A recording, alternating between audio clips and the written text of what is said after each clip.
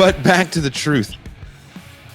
The Biden administration, alongside corporate media, has sought to neutralize the anti-war movement. What role has that administration's done in suppressing what you call the burgeoning anti-war movement?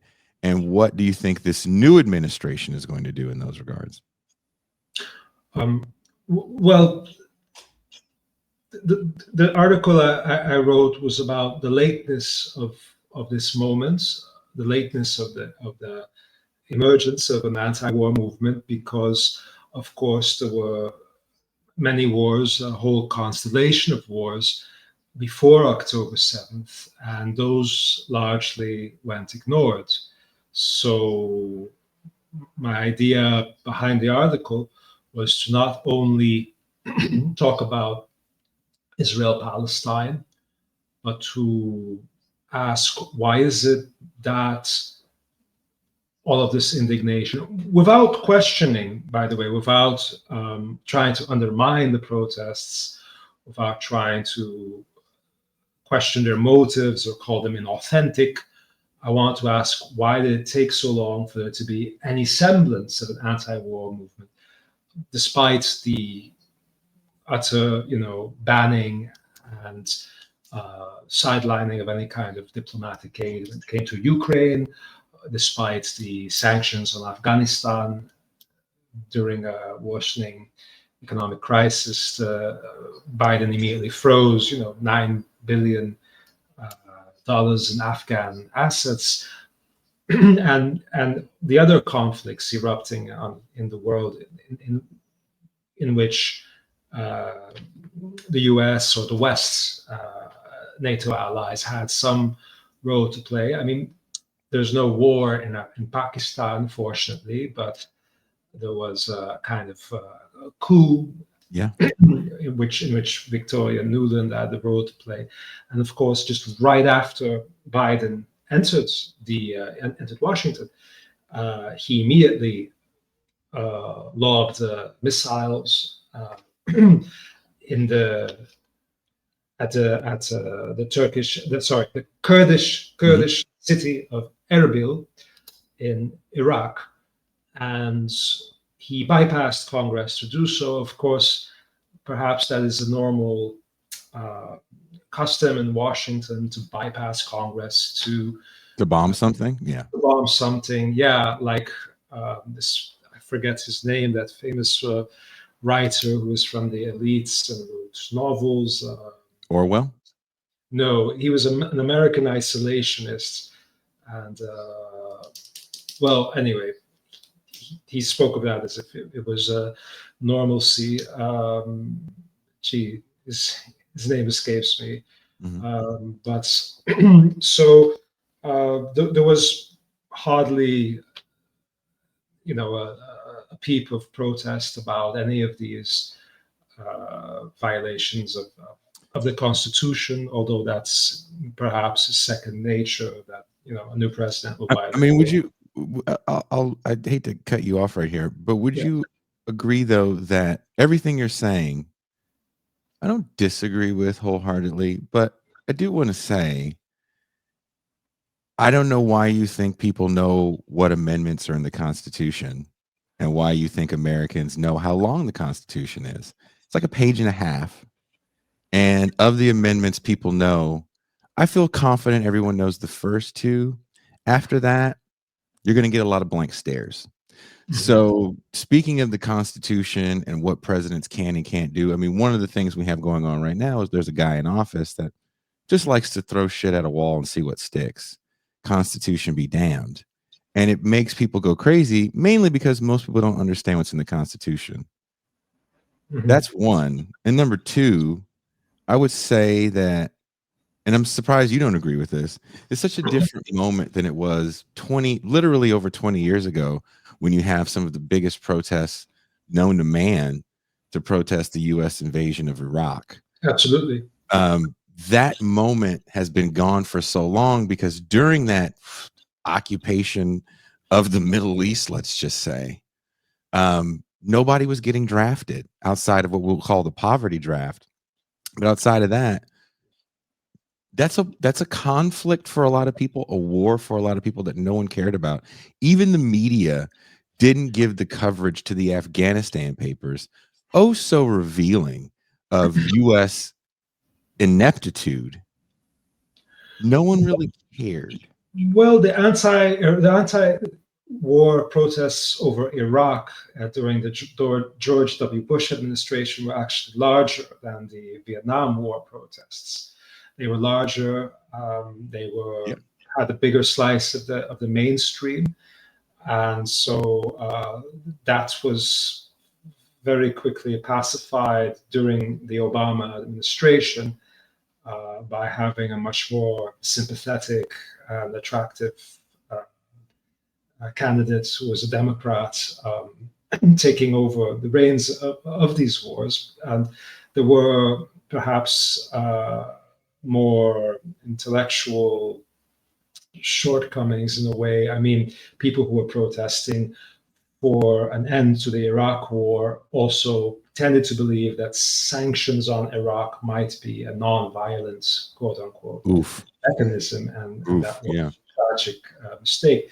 Nonetheless, even though people weren't really being drafted other than poor young people or people who wanted paid for college, I don't know Yeah. if you personally know anyone. I do. But despite that they were a fraction of the society, the anti-war protests had a larger cross-section of the population. And perhaps the analyses were simplistic. People thought it was just about the resource of oil. Mhm. Of course, obviously, it was no coincidence, of course, that Halliburton, grew by 500% in its stock um, as an immediate result. But I don't believe the Iraq war was strictly about petroleum. However, these explosive, widespread, Yeah. peaceful protests were very well intentioned, and it was something to be optimistic about. It was a time also when, I think even though George W. Bush was hated around the world, it was Yes. also a time when Chavez had a more romantic aura. They would call George W. Bush the devil or Mr. Dangerous, comparing him to a character from a novel from Venezuela. People loved Chavez for calling out Bush, but at the same time, Americans had a much more positive image because people around the world saw that Americans were not happy about this, that they were not supporting the policies, and there was more a distinction between people and government. Now, at least in Argentina, people notice less. They tend to dissociate less between Americans and their administration And the than they leaders. used to. It was before the difference was. It seemed more like common sense that George W. Bush is not the American people, and now. Because of all the hypocrisy with Biden, also particularly the silence, the culture of silence that coexisted with the Biden administration, because of course Ukrainians are more sympathetic than the Israeli military going on an endless rampage in Gaza. Nonetheless, the mindless opposition to a diplomatic resolution to the Ukraine war was also a sin of the progressives and of the progressive caucus of Alexandria Ocasio-Cortez, and of other people who are very smart people, but who, as you may have remembered their retraction of a very important letter, a letter in which they called for diplomatic aid. And the only exception, the only person who did not apologize afterwards under pressure from the American the gerontocracy, Biden, Pelosi, and so on. The only person who did not apologize, the only signatory who was unapologetic, I think, was Ro Khanna. And so that acquiescence to a culture of silence was a political strategy that clearly failed. And I suppose that what they were aiming for was that some elements of the Green New Deal would have been honored by Biden in exchange for their silence and agreements to not get too hot and bothered over Ukraine, the lack of financial oversight, to not raise any complex questions about skirmishes happening around nuclear reactors in Ukraine, and so on, like the Zaporizhia nuclear center, where there was a lot of violence, a lot of very provocative fighting around a nuclear center in a region where Chernobyl, I mean, during the pandemic, many Yeah. people were reminded of Chernobyl because some of the precautions were similar. So it was catastrophe. And so this complete recklessness, this gamble, went unquestioned. It went unquestioned not only in Ukraine, which perhaps is the most sympathetic. I mean, somewhat sympathetic in the beginning of these struggles, but it went unquestioned with the attacks in Syria, and of course Afghanistan remained under sanctions that are a form of financial warfare. And a country that's devastated by maimed. Much of the population is maimed physically by all the explosives.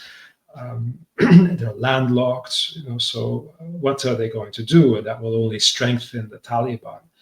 And also the collusion with the Pakistani military and intelligence, Pakistani intelligence, which historically played an enormous role in the rise of Islamic fundamentalism in Afghanistan.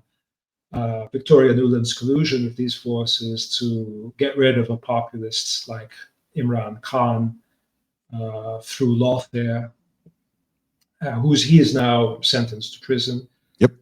And of course, that's not a war in itself, but Pakistan, India is a very combustible region, and there are nuclear powers, and there is an endless occupation of Kashmir that is, part of. So these are all very dangerous games, and so foreign policy was entirely.